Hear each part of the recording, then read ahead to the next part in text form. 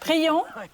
Saint-Esprit, merci pour ce que tu fais aujourd'hui. Seigneur, aide ces gens et les gens qui nous regardent. Seigneur, vraiment, on prie pour ta grâce, on prie pour ton onction aujourd'hui, pour ta faveur sur ce message. Je prie que tu gardes et guides nos pensées et nos paroles, ce que nous entendons et comment nous l'entendons. Amen. J'aimerais parler, je pense, à ce thème depuis longtemps, mais au cours des 3 derniers mois, c'est un peu ce avec quoi je me couche le soir et je me réveille le matin. La dernière fois que j'ai parlé des réformateurs à venir, et je veux en parler encore plus aujourd'hui, les réformateurs à venir, ou peut-être la réforme que nous vivons en ce moment. Je pense que tout notre mouvement est basé sur un mouvement apostolique et prophétique. Et la prophétie est une partie très importante de notre vie depuis plus de 43 ans ensemble. Ça a été une partie tellement importante de l'orientation vers où nous allons et la vision que nous avons. Non pas qu'elle ait toujours été parfaite, comme nous l'avons vu dernièrement, mais je pense à l'importance d'un cadre prophétique. Genre, des pommes en or décorées d'argent est un mot juste à la bonne saison. Et j'ai réfléchi au fait que souvent, ce n'est pas qu'un mot ou une action soit faux. Parfois, c'est une perversion. Quand je parle de perversion, en ce moment, je veux dire que c'est la mauvaise version. Je veux dire, parfois, c'est la bonne parole, mais c'est juste à la mauvaise saison.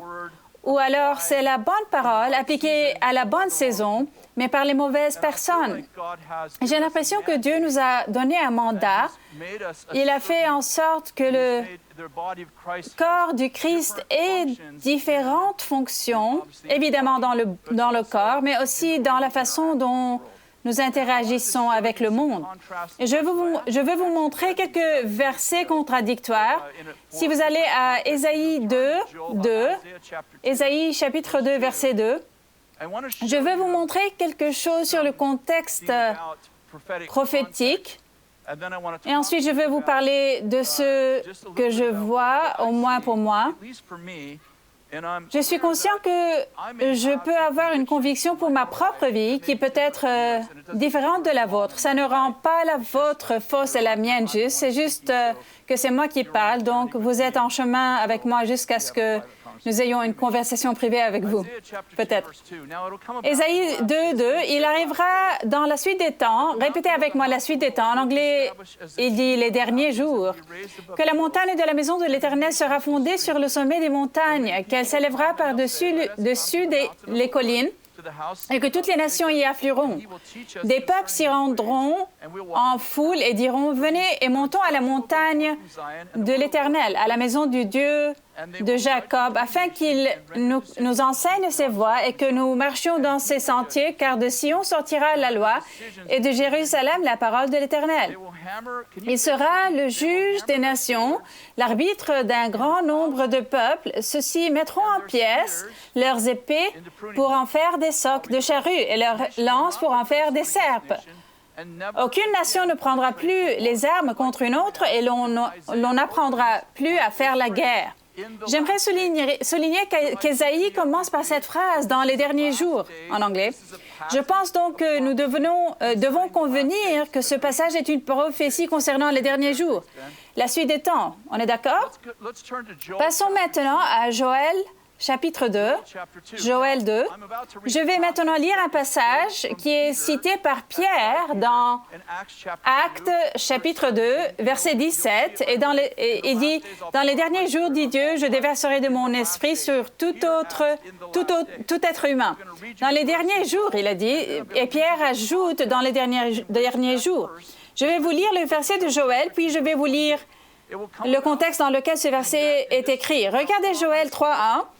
Après cela, je déverserai mon esprit sur tout être humain.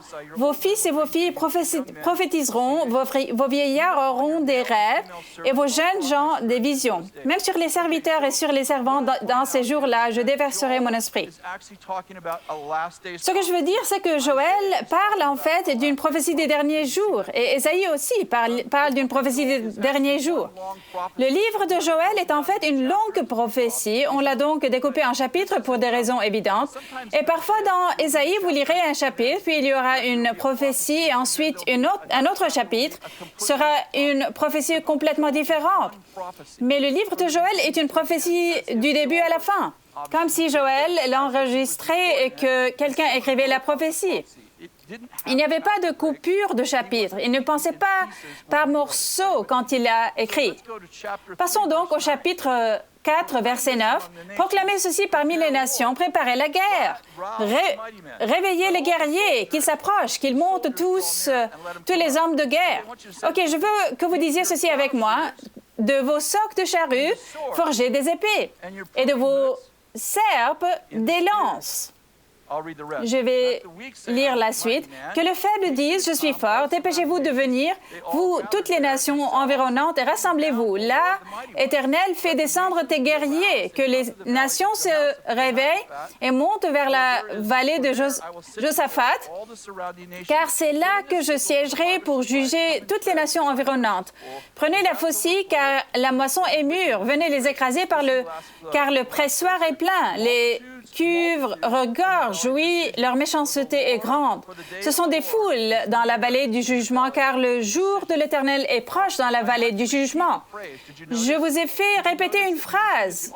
La phrase inverse qu'Ésaïe a dit, « Vous allez prendre vos épées et les forger en socs de charrue. » C'est du matériel agricole. Et vous allez prendre vos lances et vous allez les battre pour en faire des serpes. Vous allez prendre vos armes de guerre et vous allez en faire des outils de paix.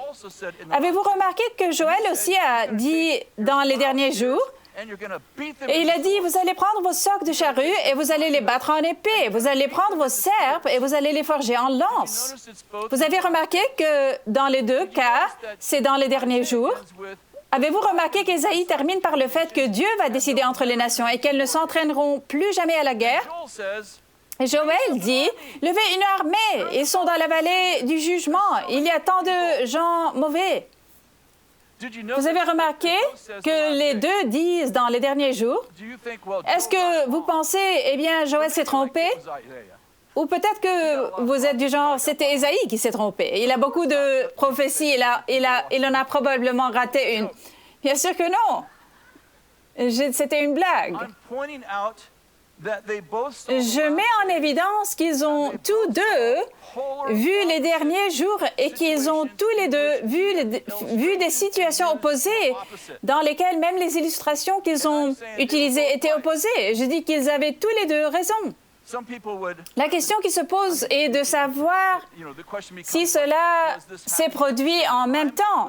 Est-ce qu'il y avait des gens d'un côté de la planète qui fabriquaient des épées alors que d'autres prenaient des épées et en faisaient du matériel agricole? Ou était-ce deux saisons différentes ou bien y a-t-il une fin alternative au film en fonction de la foi que vous aviez? Vous vous dites peut-être, ce n'est peut-être pas l'horloge et le calendrier qui déterminent l'issue des derniers jours. Peut-être que c'est ce pourquoi vous avez la foi. Je ne connais pas la réponse à cette question. C'est une bonne question pour Dan, je crois. Je vais quelque part avec ça. Je fais remarquer que ce n'est pas seulement la parole prophétique qui compte, mais aussi le cadre dans lequel elle est censée se manifester pour les gens. Et ce n'est pas parce que quelqu'un d'autre porte une autre parole prophétique qu'il a tort. Ce n'est pas parce que des gens sont ici en train de prendre leurs serpes et les battre en épée et que vous êtes ici en train de dire pourquoi ne pas simplement échanger nos instruments. Tenez, vous pouvez avoir nos serpes, on va prendre vos épées. Je mets en évidence que si vous êtes dans le camp des épées, vous pourriez porter des jugements sur les personnes qui sont dans le camp des serpes. Mais Ésaïe a fait remarquer que ces deux choses se produisent même si elles ne semblent pas en accord l'une avec l'autre. Passez à Romains chapitre 13.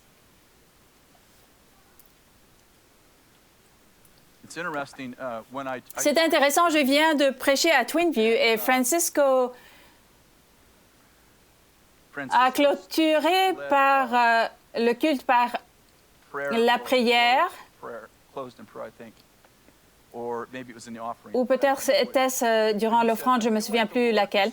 Mais il a dit, j'ai l'impression que le Seigneur nous parle de déroulement, de suite, de séquence. Il a dit tout un truc sur le déroulement, la suite, la séquence. Et je ne savais même pas ce que cela avait à voir avec sa prière, mais je me suis dit, c'est de ça que je parle. Je ne parle pas seulement de paroles prophétiques, mais quelle est la suite? Vous pouvez avoir une perversion qui est la mauvaise version. Donc, Romains 13, 1, que chacun se soumette aux autorités qui nous gouvernent, car toute autorité vient de Dieu, et celles qui existent ont été établies par Dieu. C'est pourquoi celui qui s'oppose à l'autorité résiste à l'ordre que Dieu a établi, et ceux qui résistent attireront une condamnation sur eux-mêmes. C'est Romains 13, et dans Romains 8, Paul dit, il n'y a donc maintenant aucune condamnation pour ceux qui sont en Jésus-Christ. Et chapitre 13, il dit, si vous ne respectez pas la loi, vous devez être condamnés. OK, continuons. Je vais vous motiver juste un peu, d'accord? Verset 3, en effet, on n'a pas à craindre les magistrats quand on fait le bien, mais quand on fait le mal. Veux-tu ne pas avoir à craindre l'autorité? Fais le bien et tu auras son approbation, car le magistrat est serviteur de Dieu pour ton bien. Mais si tu fais le mal, sois dans la crainte. En effet, ce n'est pas pour rien qu'il porte l'épée, puisqu'il est serviteur de Dieu, pour manifester sa colère en punissant celui qui fait le mal. Il est donc nécessaire de se soumettre aux autorités, non seulement à cause de cette colère, mais encore par motif de conscience. C'est aussi pour cela que vous payez des impôts, car les magistrats sont des serviteurs de Dieu qui s'appliquent entièrement à cette fonction. Rendez à chacun ce qui lui est dû, l'impôt à qui vous devez l'impôt, et la taxe à qui vous devez la taxe, le respect à qui vous devez le respect et l'honneur à qui vous devez l'honneur. Maintenant, je ne sais pas si vous avez bien compris ce qu'il vient de dire ici. 1 Jean dit, il n'y a pas de peur dans l'amour. Au contraire, l'amour parfait chasse la peur. Dans Romains, Paul dit dans le chapitre 13 qu'on vient de le lire, il a dit, si tu veux faire le mal, aie peur. J'aimerais souligner que Dieu veut que vous soyez motivés par l'amour, mais si vous ne vous contrôlez pas, si vous ne gérez pas votre monde extérieur en gérant votre monde intérieur par l'amour, Dieu vous gérera par la peur.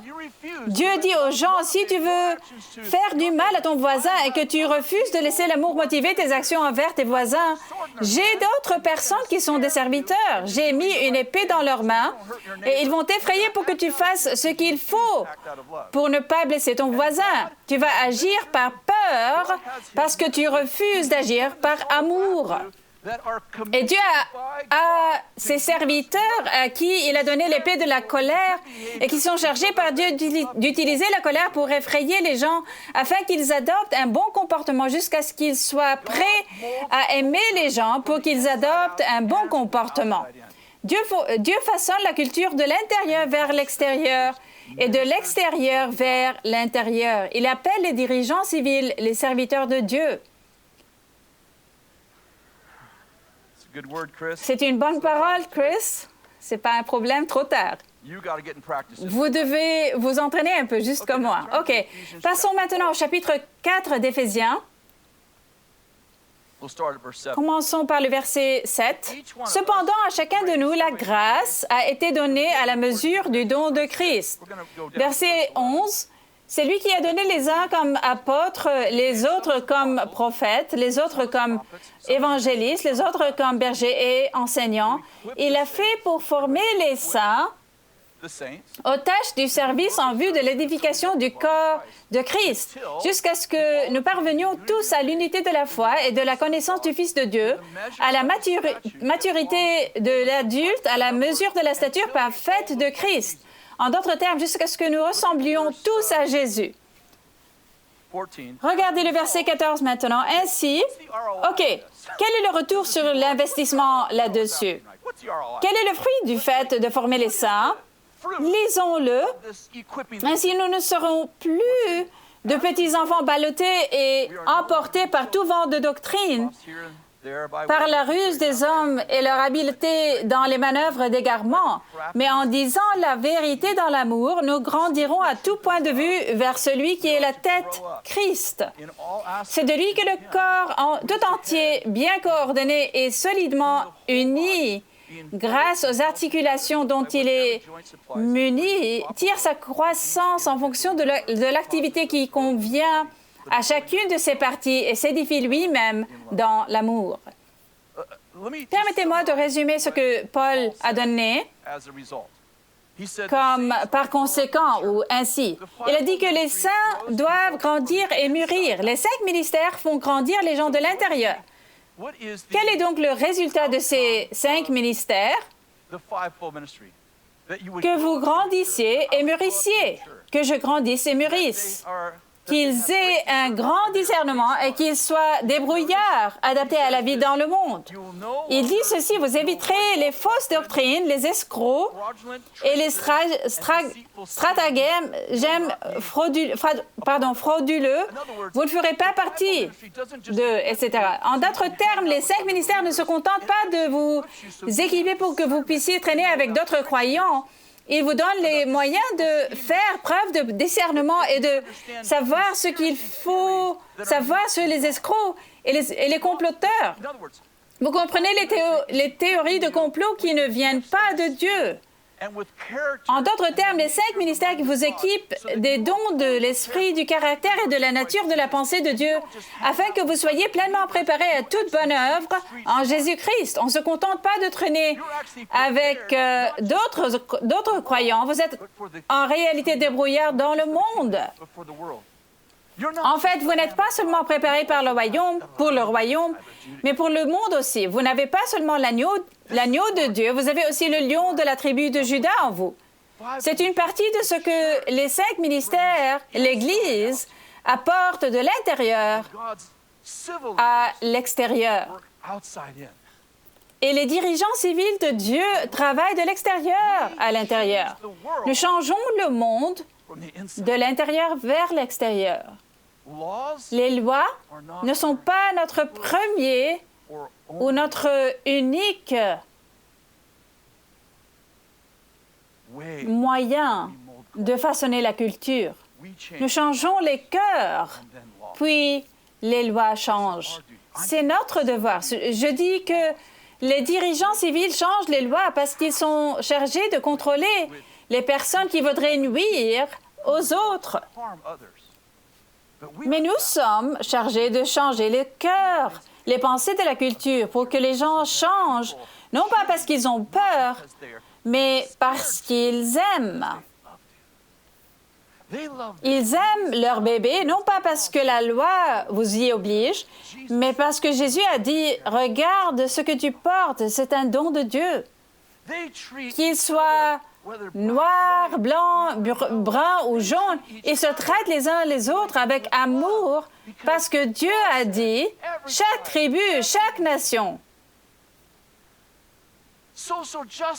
La justice sociale se fait de l'intérieur vers l'extérieur parce que les gens s'aiment vraiment et non pas parce qu'ils sont obligés de se traiter d'une certaine manière parce que je vais être puni si je ne le fais pas. Ceci est une bouche-trou pour les personnes qui attendent d'être transformées de l'intérieur. Il faut avoir des moyens de protéger les gens jusqu'à ce qu'ils soient transformés.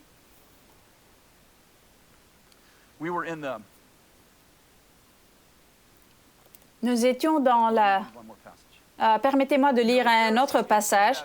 Vous savez, les pharisiens sont assez mal vus et ils devraient l'être au temps du Christ. Mais en fait, c'était des gens plutôt bien au temps des apôtres, plusieurs d'entre eux, parce qu'ils commencent à se convertir. Vous voyez, il n'y avait pas d'imprimerie. La plupart des gens étaient illettrés, donc même si vous aviez une Bible, elle aurait été difficile à lire. Il n'y avait que l'Ancien Testament aussi, n'est-ce pas? Donc, quand l'Église primitive, quand les gens ont commencé à être sauvés, je ne veux pas dire les seuls, mais la plupart des gens qui connaissaient réellement la Bible étaient les pharisiens et les scribes. Parce que pour être un pharisien, il fallait en fait mémoriser les 5 premiers livres de la Torah. Dans les premiers temps de l'Église, vous remarquerez qu'il y a le conseil dans Acte 15 où les pharisiens sont sauvés. Ils essayent de trouver comment appliquer ces écritures sur la circoncision, sur les lois lévitiques. On le regarde 2000 ans plus tard et on se dit ça semble assez évident. Mais combien savent, quand on est en plein milieu, c'est tout à fait différent. Du genre, voici des païens qui se sont sauvés, est-ce qu'ils doivent respecter ces règles et ainsi de suite. Mais quoi qu'il en soit, le fait est que beaucoup de pharisiens ont suivi le Christ et sont devenus les premiers enseignants. Je dirais que l'apôtre Paul, qui était un pharisien, la raison pour laquelle il a écrit les 13 livres de la Bible, c'est parce qu'il la connaît. Pensez-y une minute.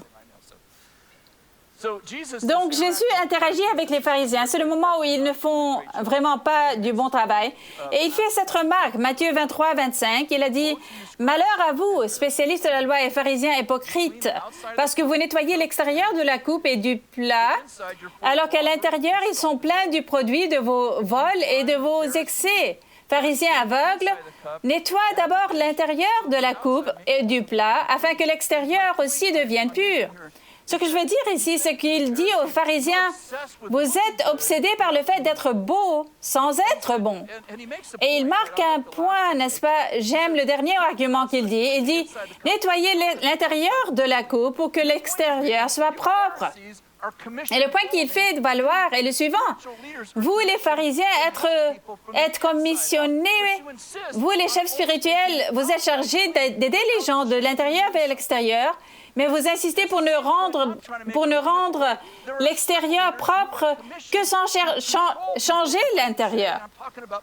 C'est la même chose que ce que j'essaie de dire d'une manière un peu différente. Il y a des dirigeants civils qui sont chargés de contrôler les gens, si je puis dire. Et je parle des gens qui veulent faire du mal, contrôler les gens de l'extérieur vers l'intérieur. Mais nous sommes mandatés, peuple de Dieu, notre meilleure carte est de l'intérieur vers l'extérieur. Nous sommes chargés de transformer des vies, de sauver les perdus, de guérir les malades, de chasser les démons et de changer la culture. Oui, mais depuis l'intérieur vers l'extérieur. C'est notre meilleur cas, c'est ce que nous sommes. Nous étions dans la tente dehors et je crois que c'était il y a 2 semaines, mais il y avait juste un mouvement puissant du Saint-Esprit. Et au fait, le Saint-Esprit est en train d'agir si puissamment dans la tente. J'étais allongée sur le béton et c'était une de ces fois, vous savez, il faut parfois perdre sa dignité pour gagner.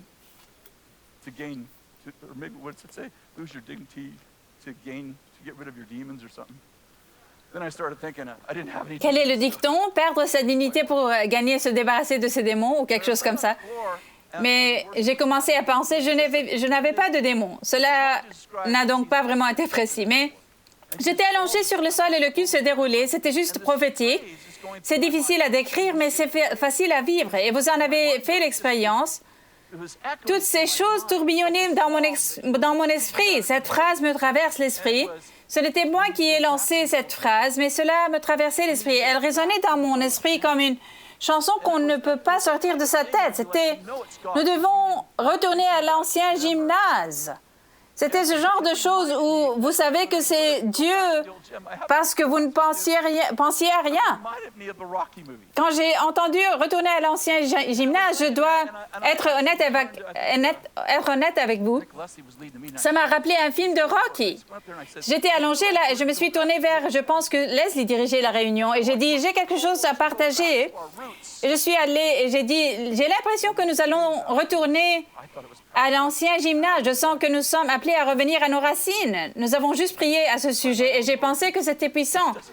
J'ai été bénie par ma propre parole. Cela n'arrive pas toujours.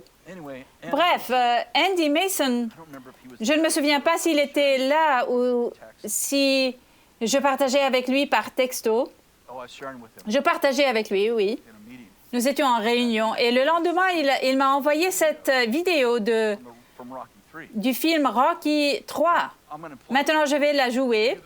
Vous qui regardez, vous allez avoir 3 minutes pour aller prendre un café car nous ne sommes pas autorisés à diffuser la vidéo en direct, même si elle est sur YouTube. Allez savoir pourquoi, leader civil, travailler là-dessus, c'est ridicule.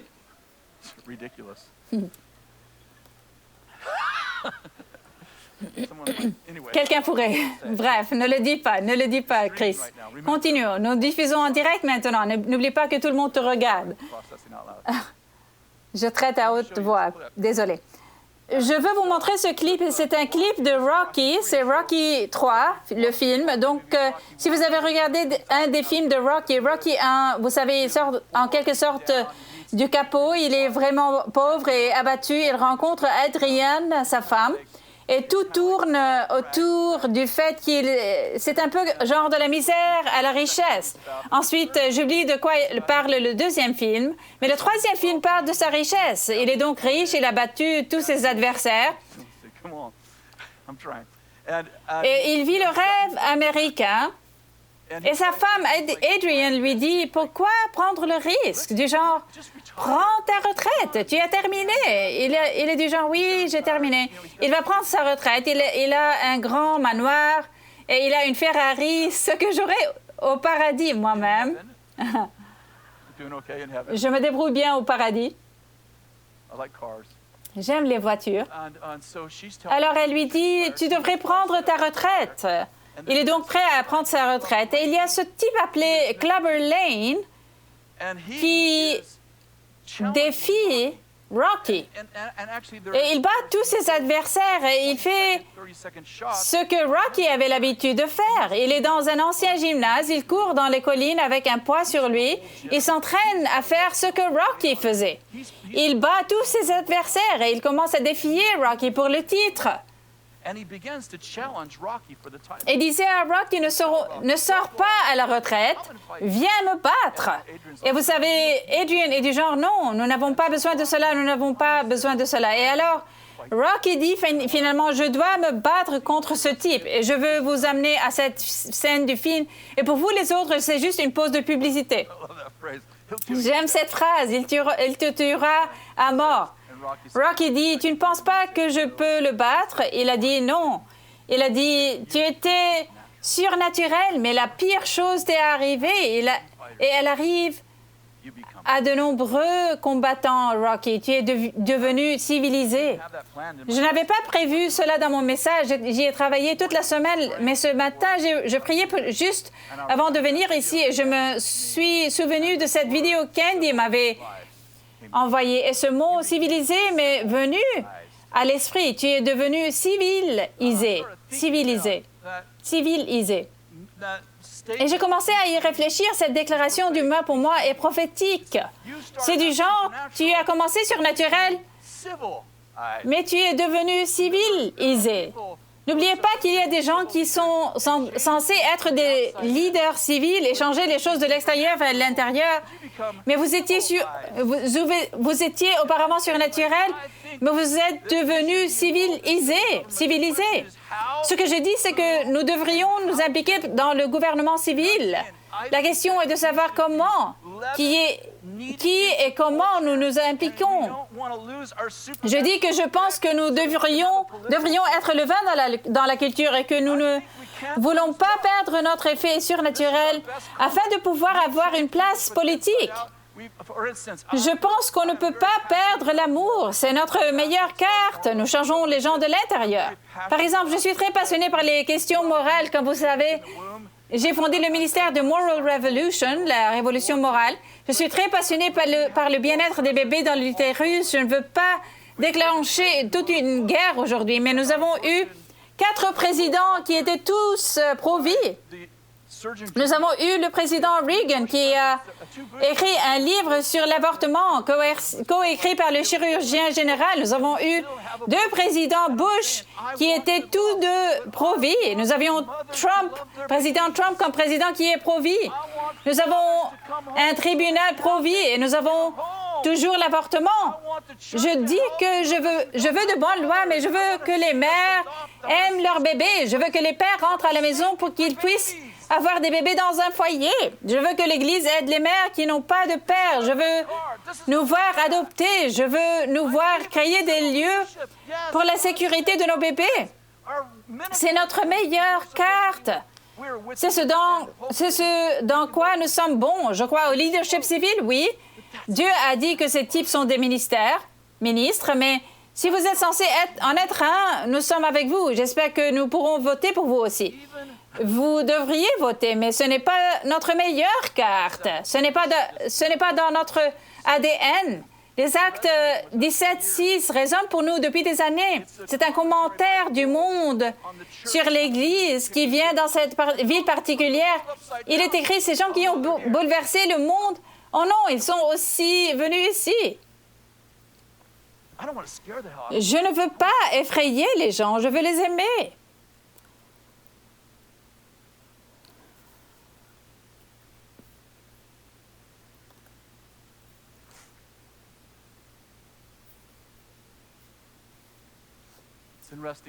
C'est intéressant. Cette semaine, je me suis concentrée sur cette phrase qui dit « Et Jésus est né au bon moment ». Je crois qu'il est écrit « Lorsque le moment est vraiment venu, Dieu a envoyé son Fils ».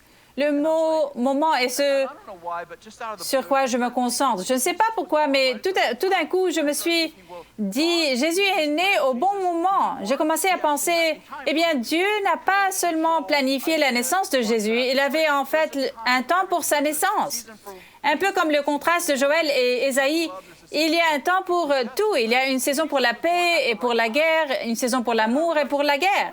Dans l'Ecclésiaste, n'est-ce pas?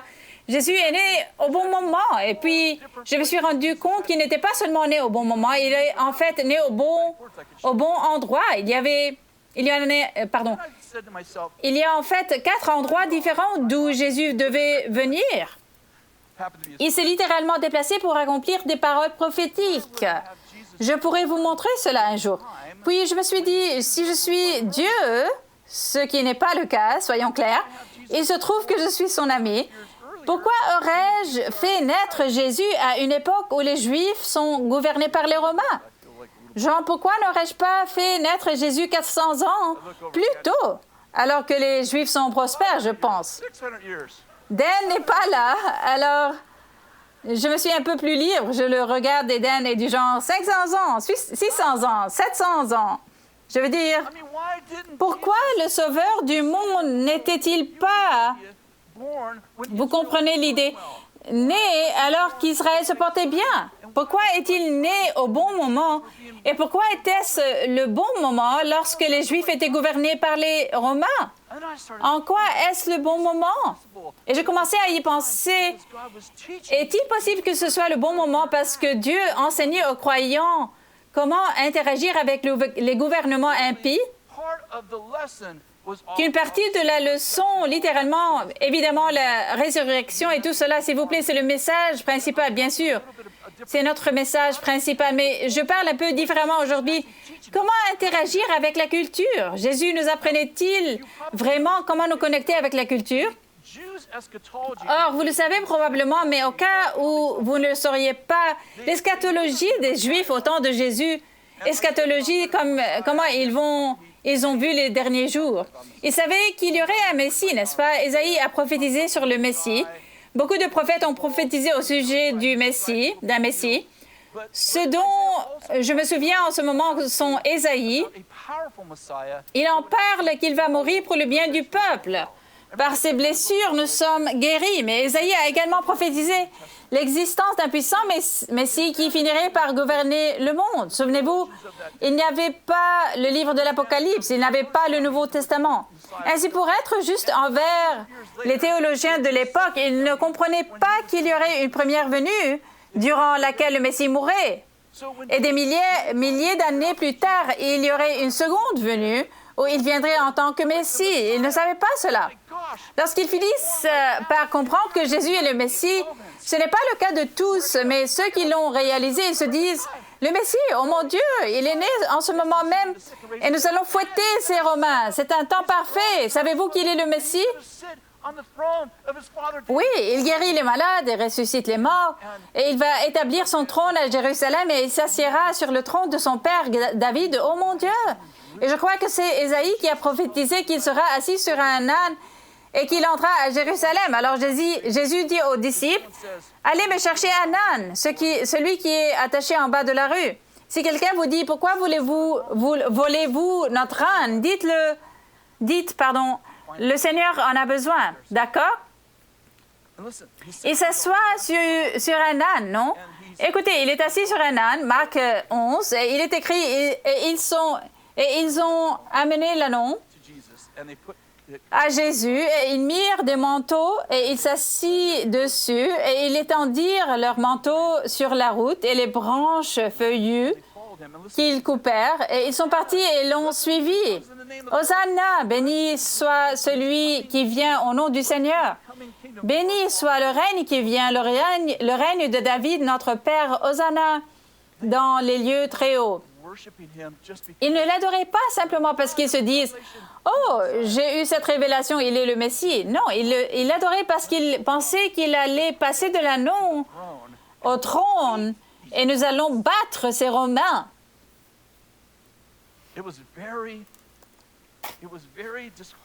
Il était très décourageant pour ses disciples de découvrir que la mise en place du royaume, hey, Jean peut-il s'asseoir d'un côté et Jacques de l'autre côté? Jésus est du genre, oui, les gars, votre eschatologie est un peu fausse. Et ils ont pensé, tu vas être roi. Nous voilà, serviteurs de David. Trône. Puis Jésus commence à les enseigner. Écoutez certaines des choses qu'il leur a enseignées. Matthieu 5, 14. Vous êtes la lumière du monde. Une ville située sur une montagne ne peut pas être cachée. Et on n'allume pas non plus une lampe pour la mettre sous un seau, mais on la met sur son support et elle éclaire tous ceux qui sont dans la maison. Que de la même manière, votre lumière brille devant les hommes afin qu'ils voient votre belle manière d'agir et qu'ainsi ils célèbrent la gloire de votre Père céleste. Il dit, agissez de belle manière. Voici comment vous allez battre les Romains. D'accord? Faites de bonnes œuvres et ainsi ils vont célébrer la gloire de votre Père céleste. Bien vu, Jésus. Maintenant, dans Jean 15, il leur en donne un peu de ce que j'appelle la vérité en tension. Il a dit, hey, laissez-moi vous parler du monde auquel je viens de vous dire que vous allez faire de bonnes œuvres. Il a dit, s'ils vous détestent, souvenez-vous qu'ils m'ont détesté en premier. Et en fait, ils vous détestent parce que vous m'aimez et qu'ils ne se sont pas de moi. Alors, combien d'entre vous le savent? Il l'a toujours maintenu en tension. Du genre, pas tout le monde va me trouver, même si vous allez faire de bonnes œuvres. Regardez celui-ci, Matthieu 22, 17. Vous allez bien, les amis? Très bien. Verset 17, dis-nous donc ce que tu en penses. Ce sont les pharisiens qui parlent à Jésus. Est-il permis ou non de payer l'impôt à l'empereur? Mais Jésus, connaissant leur méchanceté, répondit, « Pourquoi me tendez-vous un piège, hypocrite? Montrez-moi la monnaie avec laquelle on paie l'impôt. » Et ils lui présentèrent une pièce de monnaie. Il leur demanda, « De qui porte-t-elle l'effigie et l'inscription de l'empereur? » lui répondirent-ils. Alors il leur dit, « Rendez donc à l'empereur ce qui est à l'empereur, et à Dieu ce qui est à Dieu. » Ce sont les pharisiens, ce sont ceux qui ont l'eschatologie. Tu viens en tant que Messie, que fait-on de ceci ou cela? Et Jésus est du genre, rendez à César ce qui est à lui, et à Dieu ce qui est à Dieu. Ils sont du genre, renversez-le, juste payez l'impôt. Il leur dit, Voici un autre. Vous allez vraiment aimer celui-ci. Matthieu 5, 41. Si quelqu'un te force à faire 1 kilomètre, faites-en 2 avec lui. Je vais vous lire le reste, mais laissez-moi vous donner un peu de contexte. Les soldats romains pouvaient obliger n'importe quel juif à porter son sac à dos sur 1 kilomètre. Les routes romaines avaient des bornes kilométriques similaires à celles que nous avons sur les autoroutes interétatiques. Il était donc facile de savoir où la borne kilométrique commençait et se terminait. Si quelqu'un refusait de le faire, il était fouetté. Donc, laissez-moi vous le lire. Si quelqu'un te force à faire 1 kilomètre, faites-en 2 avec lui. Maintenant, vous regardez ça et vous vous dites, OK, c'est une métaphore. Ce n'était pas une métaphore pour les personnes dont il parle. Ils disent, tu es le Messie, tu vas monter un trône, nous allons renverser ces gens. Comment allons-nous le faire? Et Jésus est du genre, OK, voici le plan, les gars. J'ai une conspiration, nous allons les tuer avec l'amour. D'accord, OK, laissez-moi vous donner un plan. Pierre, viens ici, pose l'épée. Thomas, arrête de douter, viens ici. Judas, apporte l'argent par ici. Rassemblez-vous, les gars. Voici ce que nous allons faire. Il vous demande à faire 1 kilomètre. Faites-en 2. C'est ça ta stratégie, Jésus? Donne à celui qui t'adresse une demande et ne te détourne pas de celui qui veut te faire un emprunt.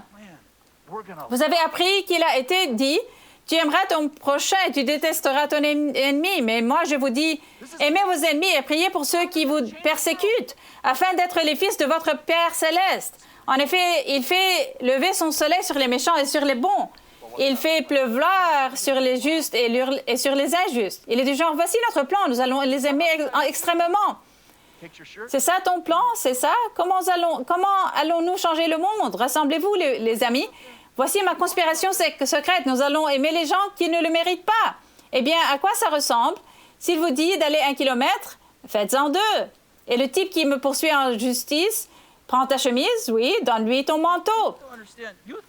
Y a-t-il quelqu'un d'autre là-haut? Vous en avez parlé tous les trois?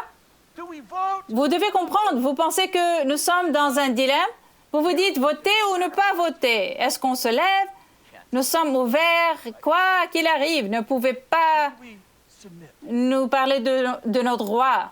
Ou bien nous nous soumettons. Je veux dire, vous pensez que l'Église est dans un dilemme? Vous n'avez aucune idée de ce que c'est pour Dieu de dire, le Messie va venir et il va prendre le contrôle du monde.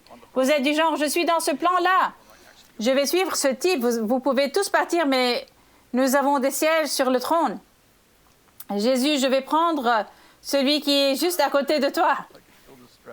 Je peux sentir le stress ici. Je me souviens que c'est la partie qui ne me manque pas.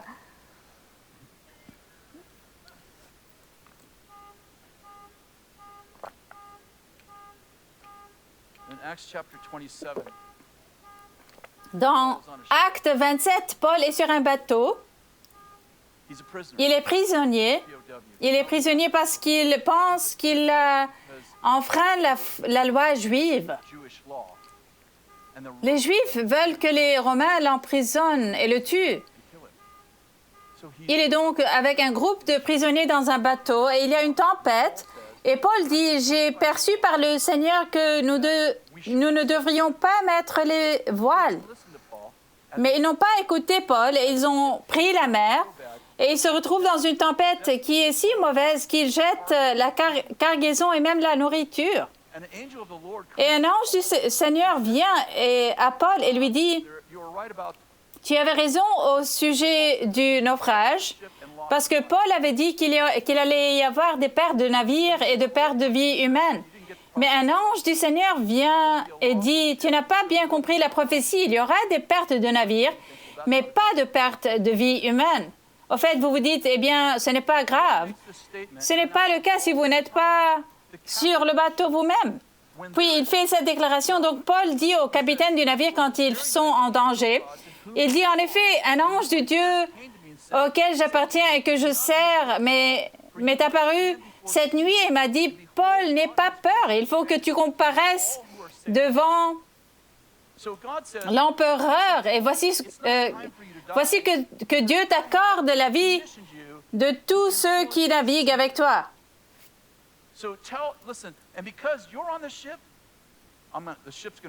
Alors Dieu dit, écoute Paul, ce n'est pas le moment de mourir parce que je t'ai chargé d'influencer César, parce que tu es sur le bateau va se briser, mais dis au capitaine parce que tu es ici et seront tous sauvés.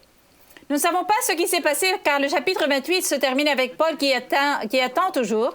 Mais Paul dit aux Juifs et aux Romains, je fais appel devant César. Je ne sais pas à l'époque si Paul a vraiment compris, ou peut-être qu'il l'a compris, que Dieu a en fait oint Paul pour qu'il ait une influence sur Rome de l'intérieur. Alors Dieu a dit, tu dois aller voir César, l'empereur. Et j'aime cette partie, ce n'est qu'un petit détail, mais j'adore ça.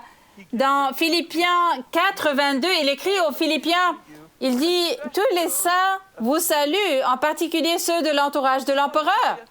Je voulais juste vous dire, je suis ici avec l'empereur César et sa famille en train de boire du vin. Il n'est pas fermenté. Je voulais juste que vous sachiez que tout le monde dans le foyer de César vous salue. Quel est le point que je veux dire? Comme Joseph de l'Ancien Testament, Dieu a un plan pour les gouvernements. Il a un plan pour changer le monde. Ces gens qui ont bouleversé le monde sont aussi venus ici. Que fait Paul dans le palais de César? Il proclame. Il témoigne de la puissance miraculeuse. Un type qui avait l'habitude de tuer des chrétiens a une rencontre avec Dieu. Il finit par se retrouver par terre. Il a une prophétie. Il a une rencontre avec Dieu. Cela le change de l'intérieur. Et le voici devant César. Au fait, il finit par témoigner devant 3 rois avant d'arriver à César sur la façon dont Dieu l'a transformé. Je dis que nous sommes appelés à transformer la culture. Mais notre meilleure carte est de l'intérieur vers l'extérieur. Nous devons rester surnaturels à tout prix. On ne peut pas se civiliser. Ce n'est pas qui nous sommes. Je ne dis pas que ce n'est pas ce que tout le monde est. Je dis que je ne suis pas sûre que c'est ce que nous sommes. Ou peut-être que vous dites, genre, c'est ce que je suis du genre, pas moi. Veuillez vous lever, s'il vous plaît. Beaucoup de gens sont préoccupés par les théories du complot. Dieu a une conspiration si puissante. Il l'a écrit dans un livre, le livre le plus populaire de l'histoire. Il a dit, voici ce que je vais faire. Au fait, arrêtez-moi, essayez de m'arrêter. Je veux juste vous dire que nous gagnons. Il y en a plus pour nous que ceux qui sont contre nous. 1/3 seulement des anges sont déchus. Les 2/3 sont de notre côté. Nous avons un Dieu qui fait l'impossible et il a dit, la lumière va éclater dans les ténèbres. Si vous vous concentrez sur les ténèbres, vous risquez de perdre de vue la lumière. Je veux donc prier pour vous tous, prier pour vous qui nous regardez sur YouTube et Battle.tv et dire ceci, que Dieu libère une puissance surnaturelle et des manifestations surnaturelles comme Joseph, comme Daniel, dans les foyers et les palais des rois, mais aussi sous les ponts, les personnes qui vivent sans abri. Dieu veut libérer une puissance surnaturelle dans les questions sociales de notre temps. Combien d'entre vous comprennent que lorsque vous haïssez les gens, vous vous joignez au diable dans son complot sournois pour voler, égorger et détruire? Je me fiche de savoir pourquoi vous détestez les gens. Je n'aime pas les républicains, les démocrates, les blancs, les noirs. Combien d'entre vous savent que dès que vous faites cela, vous entrez dans la conspiration de l'enfer et Dieu en a une autre, genre, aimons les gens jusqu'à ce qu'ils changent. Alors Seigneur, je prie juste pour que tu changes tout ce qui doit être changé en nous, que nous retournerions à l'ancien gymnase, que nous retournerions aux racines de la façon dont nous avons commencé et que nous trouverions ce lieu de présence, de pouvoir, de pureté et de but au nom de Jésus. Et tout le monde a dit, je reçois cela pour moi-même. Amen.